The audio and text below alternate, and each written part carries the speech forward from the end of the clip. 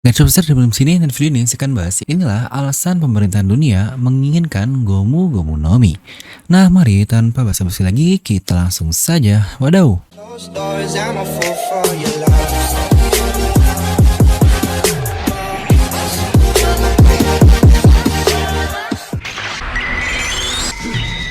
Nah seperti biasa sebelum lanjut ke video ini jangan lupa untuk subscribe dan juga nyalakan bel notifikasinya ya.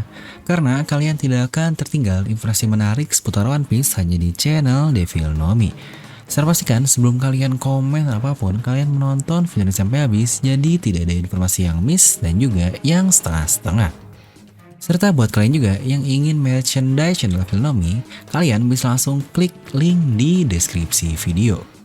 Oke, kita kali ini akan membahas kenapa buah iblis Gomu-Gomu ini sangat diinginkan oleh pemerintahan dunia. Dimana di video sebelumnya kita membahas dari perspektif Luffy sang pemilik Gomu-Gomu ini, dimana akan ada kekuatan khusus yang dimiliki oleh pemilik dari user ini. Mungkin kalian bisa cek ke videonya, tapi untuk kali ini, di video ini kita akan bahas dari perspektif yang lain, yaitu perspektif pemerintahan dunia. Dan buat yang belum tahu juga, jadi dikatakan pemerintahan dunia ini meminta Wushu, seorang CP9 untuk mengirim buah iblis Gomu-Gomu no Mi yang entah dari mana mereka mendapatkannya untuk diantarkan ke pemerintahan dunia ini yang kemungkinan besar diantar ke Mary Joyce. Dimana di tengah perjalanannya itu, Wushu dia gagal menjaga buah tersebut dan berhasil dicuri oleh Lakiro, anak buah dari Akagami no Sense. Ya setidaknya itulah yang dikatakan. Karena di favorite cut terkonfirmasi oleh Oda sendiri bahwa Lakiro inilah yang mengambil buah iblis Gomu-Gomu no Mi, bukan Shanks atau yang lain. Tapi yang mencurigakan adalah di chapter terbaru di 1018 dikatakan bahwa Shanks ini seseorang yang sangat kejam. Karena dialah yang mengambil buah iblis Gomu-Gomu ini tepat di tangan dari Wushu langsung. Yang berarti diindikasikan dari situ saja bahwa Shanks lah yang mengambil Gomu-Gomu ini. Tapi di favorite card dikatakan Lakiro lah yang mengambil Gomu-Gomu no Mi. Kira-kira siapa yang benar ya? Padahal dua-duanya perkataan dari Oda Sensei. Tapi biasalah favorite card ini jangan terlalu dijadikan patokan karena kadang Oda merevisinya di manganya secara langsung. Nah yang jadi pertanyaan adalah kenapa pemerintahan dunia sangat menginginkan sekali buah iblis yang terlihat ya biasa saja lah di mata kita dan semua orang, yaitu buah iblis Gomu-Gomu alias karet. Dimana saya pun cukup yakin karena pemerintahan dunia membutuhkan buah iblis ini untuk berperang melawan para Yonkou. Atau mungkin pada saat itu 12 tahun yang lalu masih Sankou kali ya, karena Shanks baru menjadi Yonkou 6 tahun yang lalu. Kenapa mereka takut seperti itu? Karena setelah melihat apa yang berhasil Roger lakukan ke dunia ini, yaitu sampai ke Pulau Laugh-Tale di mana mereka mengerti segala hal tentang sejarah dunia di One Piece ini. Bukankah tentang sejarah ini adalah satu hal yang paling ditakuti oleh pemerintahan dunia dibanding apapun? Sejarah kelamnya diketahui oleh orang lain, itu juga yang menjadi alasan kenapa Poneglyph dan pembelajaran tentang Void Century dilarang oleh pemerintahan dunia. Tapi karena Roger ini dia mempunyai penyakit yang tidak bisa disembuhkan, di mana pemerintahan dunia berhasil selamat dari peluru mengerikan yang dinamakan Goldie Roger ini. Tapi walau begitu, tentu saja pemerintahan dunia perlu mencegah segala hal, di mana sebenarnya ada 3 hal yang perlu dihentikan oleh pemerintahan dunia ini. Mungkin jika kalian ingat, sebelum Gomu-Gomu ini ada buah iblis lain yang dicari oleh pemerintahan dunia, yaitu adalah OP-OP no Mi.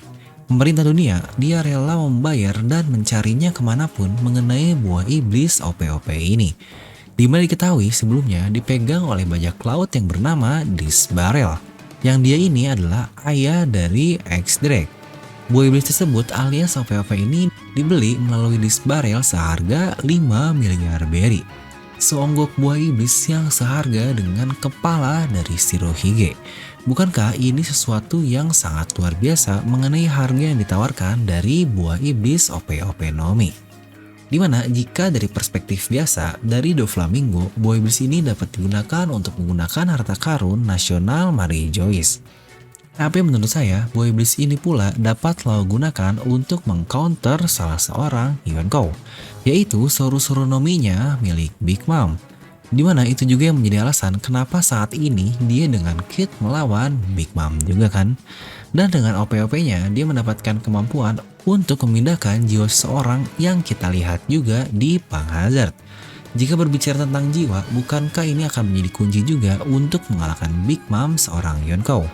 Atau mungkin salah satu teori yang populer juga bahwa kemampuan keabadian Lao dari OP-OP Nomi inilah yang membuat Gorosei dan Im Sama masih hidup sampai sekarang.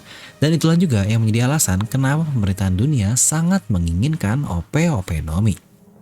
Nah, serta untuk kasus Gomu-Gomu Nomi ini, dia adalah salah satu fungsinya untuk mengcounter buah iblis mirip Shirohige ini, yaitu Gura-Gura Nomi. Dimana buat yang belum tahu, di Jepang sendiri mereka menggunakan semacam karet di tiap bangunannya, itu pun untuk mereduksi efek dari gempa.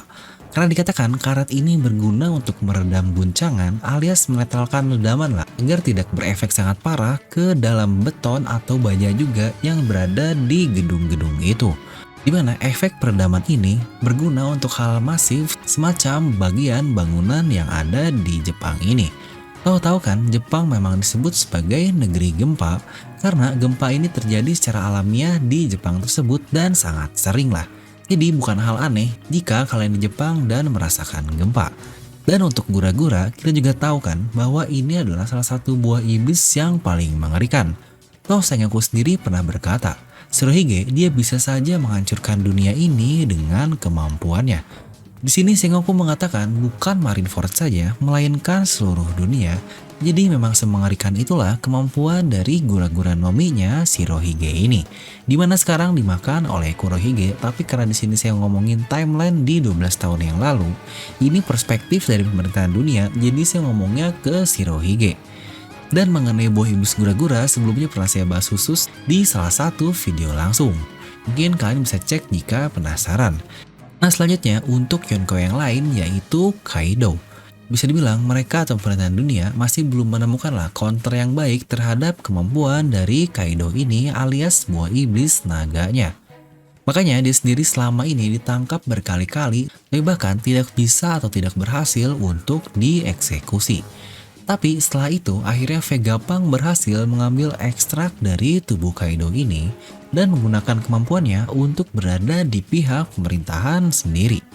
Itulah alasan kenapa Pang Hazard mempunyai dua naga, yang mana itu pasti diambil dari ekstrak tubuh Kaido dan Vegapunk pun menciptakannya, yang bahkan dikatakan Tenryubito sangat menyukai naga buatan Vegapunk ini. Yang kita pun tahu juga salah satu hasilnya adalah buah iblis yang sekarang dimakan oleh Momono Mesum. Itu adalah hasil ekstrak dari Kaido ini yang kita harus berterima kasih lah kepada Vegapunk, dimana dia bilang ke pemerintah bahwa itu adalah produk gagal. Ya walaupun memang sih menurut Vegapunk mungkin ini gagal, tapi mungkin dapat kita artikan secara luas bahwa buah iblis ini tidak sesempurna buah iblis aslinya. Karena Momonosuke sendiri pun berkata dia harus dalam keadaan tertekan dahulu baru bisa berubah ke mode naganya ini. Dimana saya pun cukup yakin Momonosuke akan punya peran penting selain sebagai beban aja lah di Onigashima ini. Dan dari itu semua, apa yang Shanks lakukan? Dimana entah dari mana nih Shanks mendapatkan informasi mengenai adanya transportasi buah iblis ini yang dicari oleh pemerintahan dunia. Dan dengan itu, dia pun menyerang kapal yang ditumpangi oleh Wusu dan berhasil mencuri Gomu-Gomu Nomi. Ya lagi-lagi, walaupun menurut Vivre-Card Lucky Roll lah yang mendapatkannya, tapi apakah dia sendiri yang meratakan satu kapal ini atau bersama Shanks? Lagi-lagi ini menurut saya cukup beda antara Vivre-Card dengan yang di manga. Tapi kita percaya di manga lah bahwa Shanks sendirilah yang ikut datang ke kapal itu untuk mencuri dari tangan Wusu. Tapi di sini dikatakan Shanks yang tahu dia ingin menghentikan pemerintahan dunia untuk menghancurkan bajak laut. Dimana menurut saya akhirnya karena Shanks yang tahu dampak dari pemerintah jika harus berperang melawan Yonkou, ingat ini dari perspektif lama, dia pun meyakinkan Gorosei bahwa dia akan berada di pihaknya untuk menjaga tahta kosong itu agar tidak ada orang lain yang mendudukinya, ya seperti jika Shirohige, Big Mom atau Kaido menginginkan untuk mencari One Piece. Yang kita pun tahu juga dalam jangka waktu yang cukup lama, lautan tidak terlalu bergejolak sangat parah karena tidak ada juga bajak laut terkenal yang menginginkan untuk menjadi raja bajak laut atau menemukan One Piece. Bahkan Kaido dan Big Mom pun baru saja bergerak di Onigashima ini, di mana mereka pun baru beraliansi setelah lautan ini lama untuk mencari One Piece. Itu pun setelah mengetahui bahwa lautan ini tidak bisa terkontrol lagi kan. Ya sebenarnya ini pun ada hubungannya dengan kemunculan dari Monkey D. Luffy. Jadi secara kasar kita bisa bilang Shanks ini berhasil menjaga lautan tetap damai selama 10 tahun. Sebelum akhirnya Luffy pun keluar ke dunia ini dan akhirnya membuat keributan di mana-mana. Karena bukankah kita tahu apa peran Shanks selama ini? Dialah yang menghentikan perang Marineford, dia juga yang berbicara dengan Gorosei terkait hal tertentu yang kita tidak tahu. Shanks juga sudah seperti penjaga kedamaian lah di dunia One Piece ini. Dia tidak ingin terjadinya hal-hal di luar perkiraan seperti contohnya Kurohige versus S yang lalu. Yang akhirnya perang itu terjadi dan menyebabkan insiden perang Marineford yang sangat luar biasa, yang dampaknya sangat gila. Karena kematian dari S dan Shirohige ini berdampak ke pulau-pulau biasa yang berada di bawah bendera Shirohige. Yang akhirnya ini di luar kendali Shanks bukan untuk peperangan dari Marineford ini. Jadi bisa kita bilang sebenarnya keinginan pemerintahan dunia dari Gomu-Gomu ini untuk menjaga kedamaian sejalan dengan apa itu impian Shanks sehingga mereka bergerak seirama selama ini.